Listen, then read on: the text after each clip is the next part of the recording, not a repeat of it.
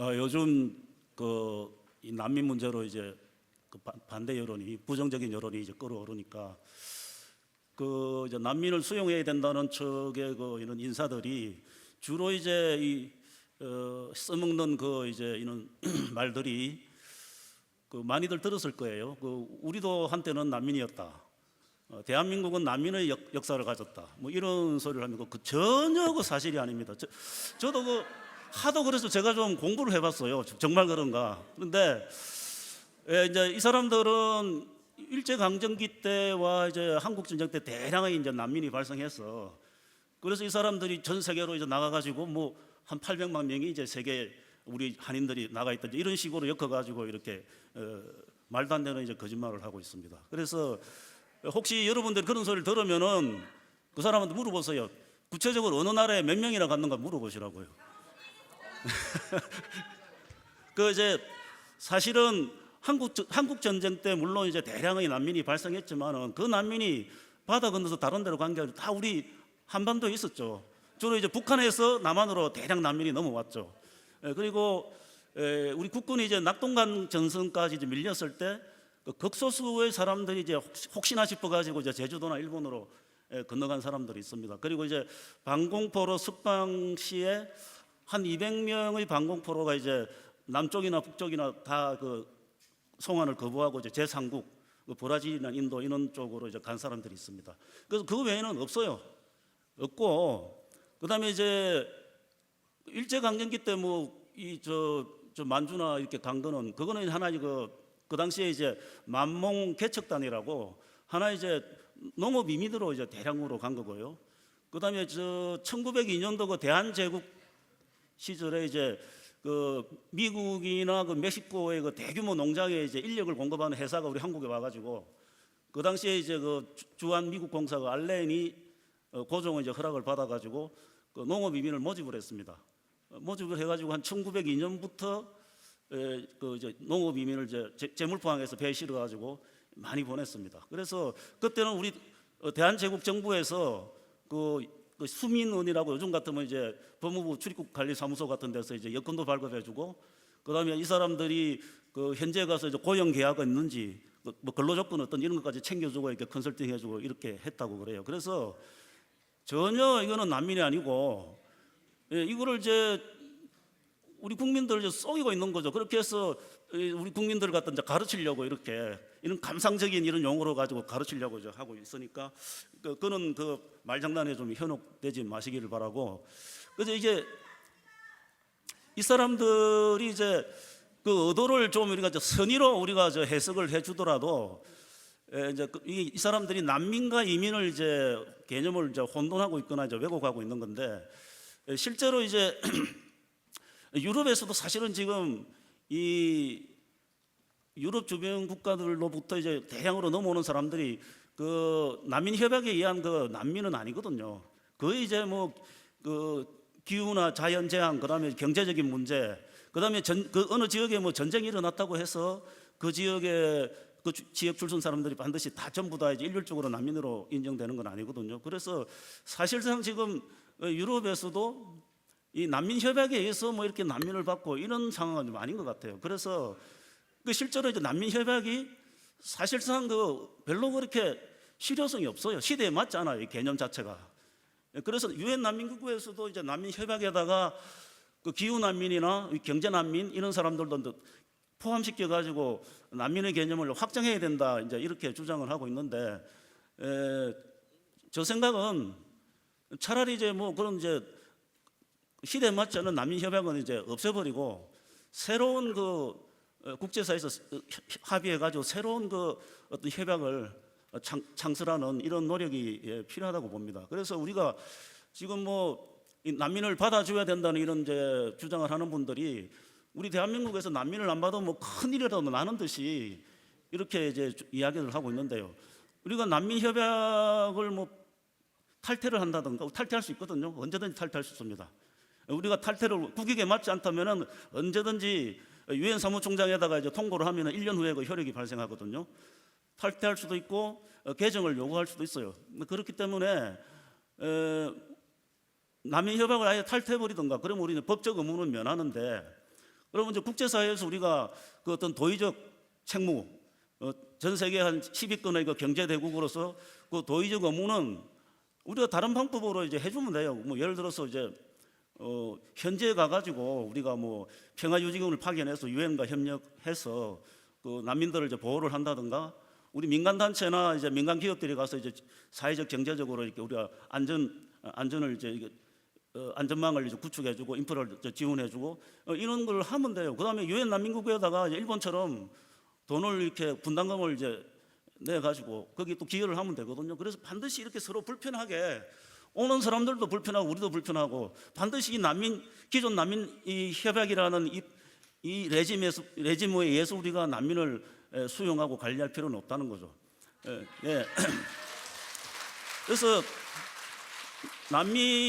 우리가 뭐 생각하기에 따라서 난민 협약을 우리가 탈퇴할 수도 있고, 기존 난민법 우리가 그냥 폐기할 수도 있어요. 예. 그건 우리가 할 수 있는 겁니다. 그래서 좀 우리나라 정치인들이 너무 이게 국제사회에서 국제 무대에서 보면은 자기 목소리를 못 내요. 예? 우리 한국의 그 정치인들이나 우리 외교부 고위 관료들이 국제 무대에 나가서 이런 이야기를 해야 됩니다. 내 같은 사람이 할 게 아니고, 예? 외교부 직원들이나 우리 국회의원들이 국제 무대 유엔에 나가서 이런 주장을 해야 되는 겁니다. 예. 그래서 저는 이제 난민법을 이제 폐기도 할 수 있고, 뭐 폐기하는 게 뭐 저는 뭐 궁극적으로 좋다고 생각합니다. 그런데 이제 만약에 폐기하기가 좀 조금 이제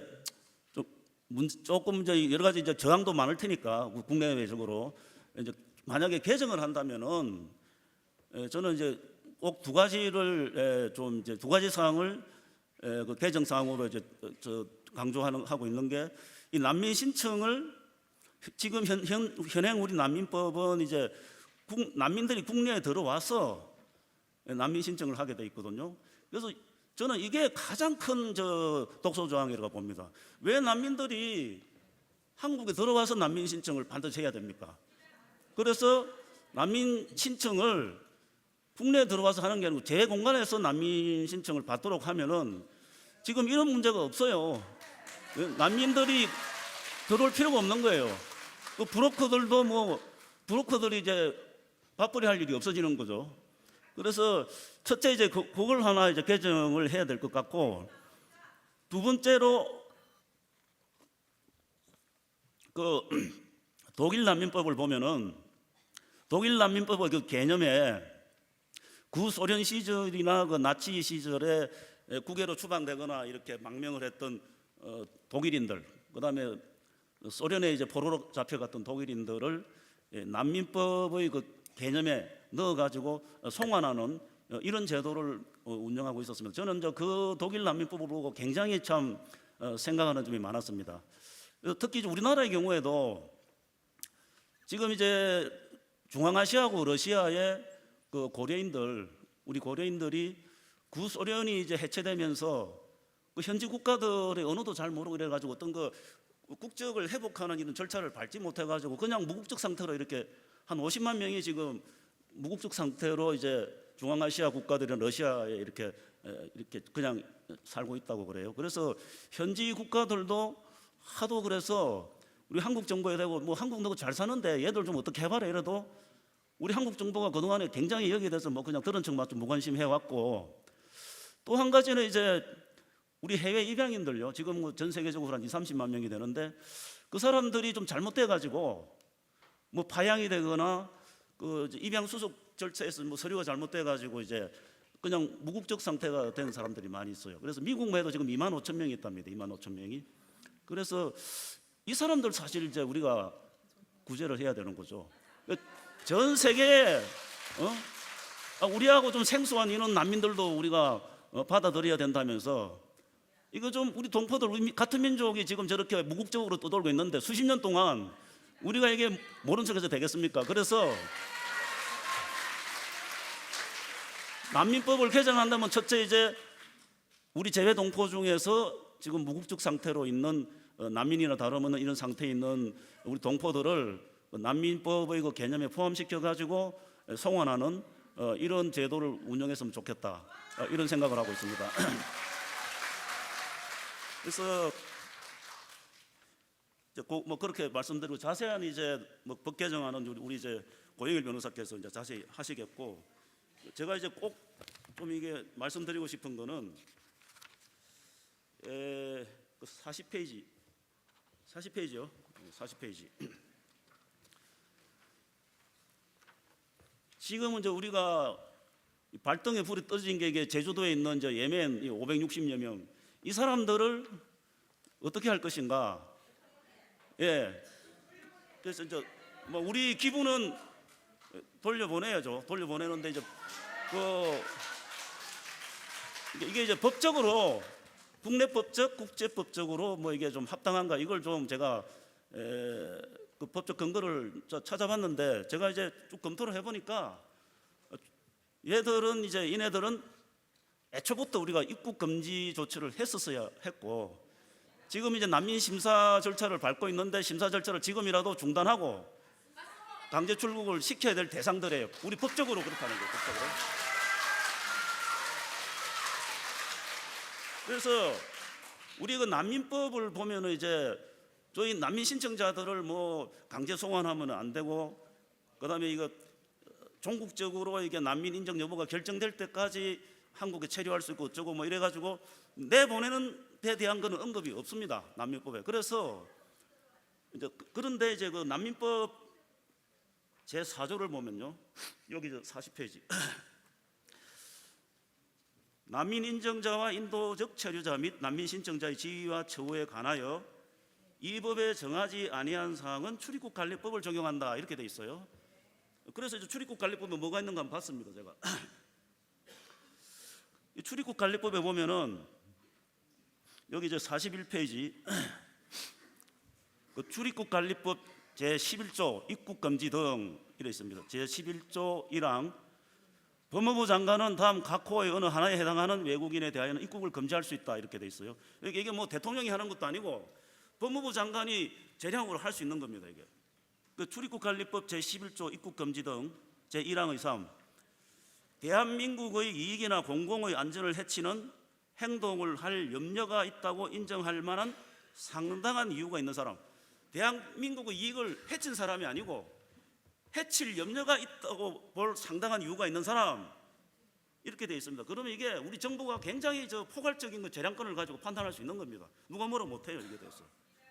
그 다음에 출입국 관리법 제 11조 제 1항의 4 보시면 경제 질서 또는 사회 질서를 해치거나 선량한 풍속을 해치는 행동을 할 염려가 있다고 인정할 만한 상당한 이유가 있는 사람, 이렇게 되어 있습니다. 그래서 뭐 이 예멘인들, 이슬람 같은 경우에는 뭐 여러분들 잘 아시겠지만은 이 사람들이 이제 공동체를 형성하면은 우리 국가의 그 법에 통합되지 않고 자기들 법으로 이렇게 공동체를 관리하기 때문에 결국 그 세력이 커지면 결국은 이제 우리 국가의 법 질서와 이제 충돌하게 되고 이제 문제가 되는 거죠. 그러니까 이게 11조 제 1항의 4 내지는 1항의 제 1항의 3에 해당된다고 볼 충분한 그 이유가 있습니다. 박사님 1분 안에 마무리. 예. 그다음에 또 한 가지는 이제 작년에 그 트럼프 행정부가 이 예멘을 포함한 5개국 이슬람 국가에 대해서 입국 금지 조처를 했습니다. 예, 미국이. 그리고 이제 그게 이제 민주당에서 그것이 이제 미 연방 헌법에 위배된다고 해서 헌법 재판을 청구했어요. 그런데 이제 지난 6월 26일 날 연방 대법원에서 트럼프 행정부의 그 조처가 합헌이다, 이런 결정이 나와가지고 이제 트럼프 행정부가 이제 힘을 얻게 됐어요. 근데 그렇다면은 우리나라에 지금 세계에서 제일 큰 미군 기지가 있고 약 3만여 명의 미군 가족까지 한 10만 명 정도 되고요. 그다음에 이제 뭐 장단기 체류 미국인이 한 수십만 명이 있습니다. 그래서 과거에도 이 미국으로 이제 입국 금지돼 못 들어가는 이제 이슬람 국가 사람들이 해외에 있는 이제 미국 대사관을 뭐 공격하거나 미국인들을 납치하거나 이런 사례가 비일비재하고, 특히 이제 예멘이 그랬거든요. 예멘이 2008년도에 그 예멘 주재 미국 대사관을 이제 공격을 했죠. 그때부터 상당히 이제 미국이 굉장히 예멘을 위험한 이슬람 국가로 이렇게 경계하기 시작을 했죠. 그래서 우리나라는 이런 안보상의 이런 미국의 제재에 거의 우리가 동참을 해왔거든요. 그래서 지금 이제 미 트럼프 행정부도 지금 이제 연방 대법원에서 이제 합헌 판결이 났기 때문에 우리 정부에 대해서 그 5개국 특히 예멘 같은 나라에 대한 입국 금지 조치를 그 제재 조치에 동참하라고 이렇게 아마 요청을 할 가능성이 큽니다. 그래서 뭐 이런 점까지 고려하면은 저 예멘인들은 당연히 우리 출입국 관리법 제 11조에 의해서 입국 금지 대상이 돼야 된다. 뭐 이런 판단입니다. 그다음에 이제 뭐 난민법에 이제 강제 송환이 뭐 잘 안 되는 것처럼 해서는 안 되는 것처럼 되어 있는데 강제 송환 및 퇴거가 가능한가? 네, 이걸 한번 보겠습니다. 이제 출입국 관리법 62조를 보면요, 62조 사항을 보면은 42페이지입니다. 난민법에 따른 난민 신청자가 대한민국의 공공의 안전을 해쳤거나 해칠 우려가 있다고 인정되면 난민법에 따라 난민 신청을 하였으나 난민 신청 여부가 결정되지 아니하였거나 난민법 제21조에 따라 이에 대한 심사가 끝나지 아니한 경우라 할지라도 강제 송환할 수 있다. 이렇게 되어 있습니다. 우리 난민법 5조 6항이 이제 상당히 문제되는 그 조항이거든요. 최종적으로 이제 대법원까지 판결이 확정되기 전까지는 난민 신청자가 한국에 이제 체류할 수 있도록 이렇게 되어 있는데, 이 출입국 관리법 62조의 취지를 보면은 공공의 안전을 해쳤거나 해칠 우려가 있다고 인정되는 경우에는 그럼에도 불구하고 난민법 5조 6항의 규정에도 불구하고 이렇게 강제 송환할 수 있다. 이렇게 분명히 규정을 하고 있습니다. 그래서 지금 제주도의 예멘인들 560명은 지금 난민 심사를 진행할 때 난민 심사를 즉각 중단하고 이 사람들을 강제 출국시켜야 됩니다. 이게 국내법적, 국제법적으로 전혀 이게 위반되는 사항이 아니라 합당합니다. 국내법, 국제법으로도 이제 합당하기 때문에 저는 그거를 이제 강력히 주장을 합니다. 이상 마치겠습니다.